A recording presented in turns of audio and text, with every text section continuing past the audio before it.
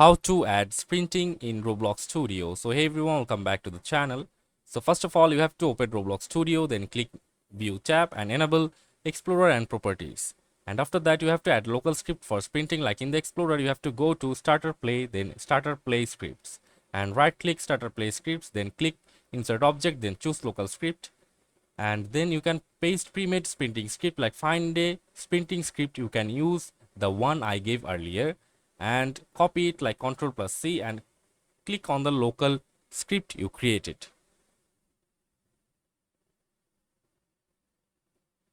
The script makes your character run when you hold left shift and go back to the normal when released.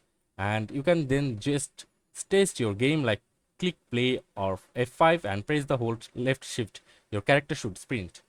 And you can search free sprinting systems in the toolbox. Go to the toolbox and search sprinting system and insert one and customize and customize it. So that's it for this video. See you on the next one, guys.